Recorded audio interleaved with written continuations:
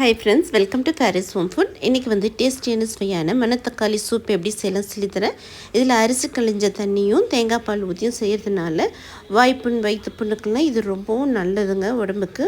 நார்மலாகவே மணத்தக்காளி நோய் எதிர்ப்பு சக்தி கிடைக்கும், மலச்சிக்கல் ப்ராப்ளமும் இருக்காது. கண்டிப்பாக இது வந்து சாப்பிடுங்க வாரத்தில் ஒரு நாள். வாங்க டேஸ்டியான இந்த மணத்தக்காளி சூப் எப்படி செய்யலாம் சொல்லித்தரேன். வீடியோக்குள்ளே போய் பார்க்கலாம்.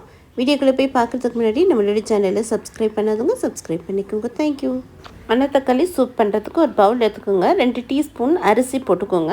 அரிசி போட்டுட்டு நல்லா வாஷ் பண்ணி எடுத்துகிட்டு ஒரு 10 நிமிஷம் 15 நிமிஷம் நல்லா ஊற வச்சுருங்க. 10 நிமிஷம் ஊற வச்ச அரிசியை இப்போ மிக்ஸி ஜாரில் போட்டுக்கோங்க. மிக்ஸி ஜாரில் போட்டுட்டு நல்லா நைஸாக அரைச்சிட்டு தேங்காய் பால் எப்படி நம்ம எடுப்போமோ அதே மாதிரி இந்த அரிசி தண்ணியை எடுத்துக்கோங்க. பாருங்கள், இப்போ நல்லா அரைச்சிட்டு வந்தாச்சு. இப்போது நல்லா ஒரு கப் ஃபுல்லாக தண்ணி ஊற்றிக்கோங்க. தண்ணி ஊற்றிட்டு நல்லா இப்போ ஒரு வடிகட்டியை வச்சுட்டு நல்லா வடித்து எடுத்துக்கோங்க. இந்த மாதிரி அரிசி ஊற வச்சு உங்களுக்கு மிக்சியில் அரைச்சி இந்த மாதிரி எடுக்க முடியல அப்படின்னா நீங்கள் அரிசி கழுவுன 3வது தண்ணி 2 தண்ணி கீழே ஊற்றினும் 3வது தண்ணியை கூட எடுத்துக்கலாம். இந்த மாதிரி உங்களுக்கு முடியலைன்னா இந்த மாதிரி பண்ணிங்கன்னா இன்னும் ரொம்ப நல்ல ஒரு டேஸ்ட் கொடுக்கும். இப்போ பாருங்கள், நல்ல அரிசி தண்ணி எடுத்தாச்சு. இப்போ இது ஒரு பக்கம் ஊற இருக்கட்டும். அடுத்து நம்ம மணத்தக்காளி கீரையை நல்லா வாஷ் பண்ணிக்கோங்க. பாருங்கள், பச்சை பச்சைன்னு இருக்குது கீரை. நல்லா 2-3 வாட்டி நல்லா அலசிக்கோங்க. மண்ணெல்லாம் இருந்தாலும் க்ளீன் ஆகிடும்.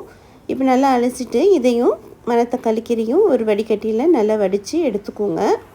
அடுத்து தேங்காய் எடுத்துக்கோங்க. சின்ன தேங்காய் வந்தால் முழு தேங்காய், பெரிய தேங்காய் வந்தால் அரை மூடி தேங்காய் போட்டுக்கோங்க. நல்லா திக்காக தேங்காய் பால் எடுத்துகிட்டு வந்துடுங்க. இப்போ பாருங்கள், அரிசி ஊற வச்ச தண்ணியும் நல்லா மிக்ஸி ஜாரில் அடித்து எடுத்து வச்சாச்சு. இந்த மாதிரி தண்ணியை எடுத்துக்கோங்க. இல்லைன்னா அரிசி கழுவின தண்ணி கூட எடுத்துக்கலாம், உங்கள் விருப்பம்தான். அடுத்து தேங்காய் பால் இந்த மாதிரி திக்காக தேங்காய் பாலும் பிரிஞ்சு எடுத்தாச்சு. கீரையும் நல்லா வாஷ் பண்ணிவிட்டு இந்த மாதிரி பொடியாக நறுக்கி வச்சுக்கோங்க. அடுத்து பெரிய வெங்காயம் ஒரு வெங்காயம் பொடியாக நறுக்கிக்கோங்க. பழுத்த தக்காளி ஒரு தக்காளி, 4-5 பச்சை மிளகாவை கீறி வச்சுக்கோங்க. இப்போ பேன் வச்சுக்கோங்க. எண்ணெய் ஊற்றிக்கோங்க. எண்ணெய் சூடானதும் 1/4 டீஸ்பூன் கடுகு, 1/4 டீஸ்பூன் ஜீரகம் போட்டுக்கலாம். கடுகு ஜீரகம் பொரியட்டும். கடுகு ஜீரகம் பொரிஞ்சதும் இப்போ எடுத்து வச்சுருக்கிற ஒரு வெங்காயம் ஒரு தக்காளி 4-5 பச்சை மிளகாவை கீரி போட்டதையும் போட்டுக்கலாம். இது கூடவே 10லேருந்து 15 தோல் உரிச்ச பூண்டையும் போட்டுக்கோங்க. நான் பூண்டு போடுறதுக்கு மறந்துட்டேன், நீங்கள் மறந்துடாதீங்க. கண்டிப்பாக பூண்டை போட்டுக்கோங்க. போட்டுட்டு கண்ணாடி பதம் வந்தால் போதும். நல்லா வதக்கிட்டு 1/4 டீஸ்பூன் மஞ்சள் தூள் போட்டுக்கோங்க. இப்போ நல்லா வதக்கிட்டு இப்போது பொடியாக நறுக்கின மணத்தக்காளி கீரையும் போட்டுக்கலாம். பாருங்கள், கீரை எவ்வளோ பச்சை பச்சைன்னு இருக்குது. எப்போவுமே கீரை வந்து ஃப்ரெஷ்ஷாக அப்போவே வாங்கி அப்போவே செய்யுங்க. ஃப்ரிட்ஜிலலாம் வச்சு செய்யாதீங்க. அப்போ தான் அதோட முழு சத்தும் நமக்கு கிடைக்கும். அரிசி கழுவுன தண்ணியும் ஊற்றிக்கலாம். தேவையான அளவுக்கு உப்பு கொஞ்சம் போட்டுக்கோங்க. ரொம்ப உப்பு போட்டுறாதீங்க. அரை டீஸ்பூன் மிளகுத்தூள் போட்டுக்கோங்க. ஜீரகத்தூள் வேணும்னாலும் கொஞ்சம் போட்டுக்கலாம்.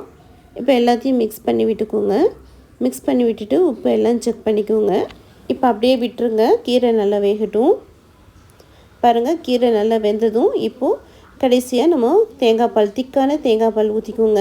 மணத்தக்காளி ஆல்ரெடி வயிற்று புண்ணுக்கு வாய்ப்புண்ணுக்கெலாம் ரொம்ப நல்லது. அது கூடவே இந்த திக்கான தேங்காய் பால் ஊற்றி சாப்பிடும்போது இன்னமும் ரொம்ப நமக்கு வயிற்றுக்கு நல்லதுங்க. வாய்ப்புண் வயிற்று புண்ணெல்லாம் வராமல் இருக்கும். இதை கண்டிப்பாக வாரத்தில் 1 நாள் 2 நாள் எடுத்துக்கோங்க. தேங்காய் பால் ஊற்றுனதும் நுர மாதிரி தள்ளும். அப்போ வந்து ஸ்டவ் ஆஃப் பண்ணிக்கலாம். எக்காரணத்தை கொண்டும் தேங்காய் பாலை கொதிக்க விட்டுறாதீங்க. கொதிச்சுன்னா தேங்காய் பால் டேஸ்ட்டே போயிடும். இப்போ பாருங்கள், இந்த அளவுக்கு நல்லா நுர வந்ததும் இப்போ வந்து ஸ்டவ் வந்து ஆஃப் பண்ணிக்கலாம். பாருங்கள், சூப்பரான மணத்தக்காளி சூப் ரெடி ஆகிடுச்சு. இது கொஞ்சம் லைட்டாக கீரை துவர்க்க தாங்க செய்யும். ஆனாலும் நம்ம தேங்காய் பால்லாம் போட்டு செய்யும்போது நல்லாயிருக்கும். உடம்புக்கான ஹெல்த்தியாகவும் இருக்கும். கண்டிப்பாக இதை மிஸ் பண்ணாமல் சாப்பிடுங்க, குடிங்க. ரொம்ப நல்லாயிருக்கும். சுட சுட சாதத்தில் போட்டு சாப்பிடும்போது ரொம்ப அருமையாக இருக்கும். இதே போல் செஞ்சு பார்த்துட்டு எப்படி இருக்குன்னு கமெண்ட் பண்ணுங்கள். இந்த வீடியோ பிடிச்சிருந்ததுன்னா லைக் பண்ணுங்கள், ஷேர் பண்ணுங்கள், சப்ஸ்கிரைப் பண்ணுங்கள். தேங்க்யூ ஃபார் வாட்சிங். பாய்.